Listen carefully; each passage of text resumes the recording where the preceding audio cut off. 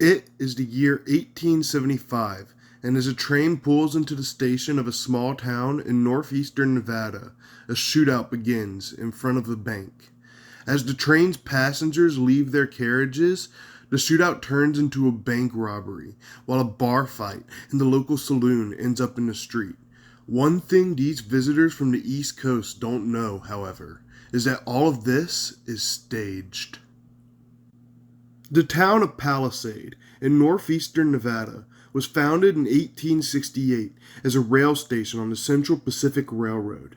It soon became a mining hub, attracting companies such as Mineral Hill or Hamilton Eureka. In May of 1870, a post office was established in the growing town, and when the Eureka and Palisade Railroad was finished in 1874, is when our story really takes off. In truth, most of the Wild West was, pretty boring. Mostly just dusty cattle towns where nothing much ever happened besides the odd marriage or funeral. The people of Palisade knew this, but wanted to change that image, at least in their town, to match the dime novels the tourists and travelers coming from the East read and expected. Imagine traveling for days to see the Wild West, expecting gunfights and duels, only to see cattle town after boring farming town. Many of the visitors to Palisade were unimpressed by the mundanity. Therefore, the people of Palisade decided to become the lawless Wild West town Easterners expected, or at least put on the facade. The first shows for visitors began around 1876.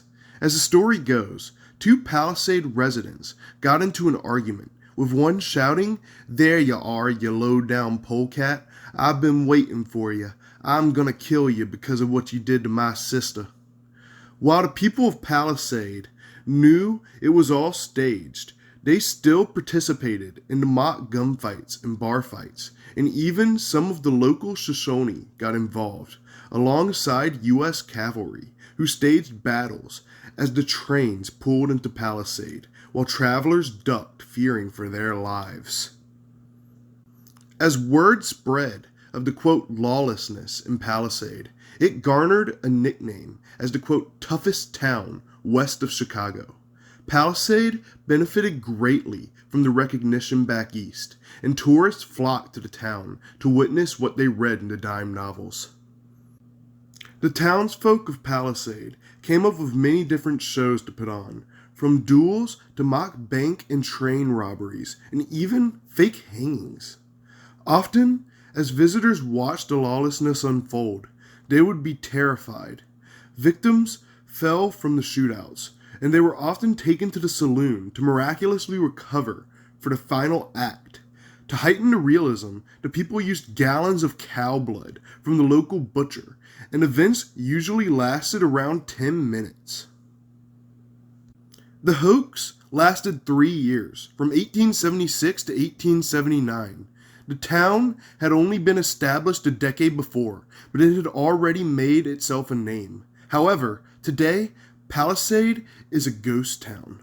The decline started in 1885, when mining and train trade began to decline. In 1910, a flood destroyed most of the town, and it never recovered. The town was bought in the 1920s by Atlanta businessman John Sexton, whose family sold the town at auction for $150,000 in 2005. No member of the Sexton family had visited the ghost town in 30 years at that point. Today, there is a ranch on the land that was once Palisade. The ghost town is only a 40-minute drive from Elko, Nevada, and their ruins stand as a testament to this town's rich legacy for faking the Wild West. Thanks for watching.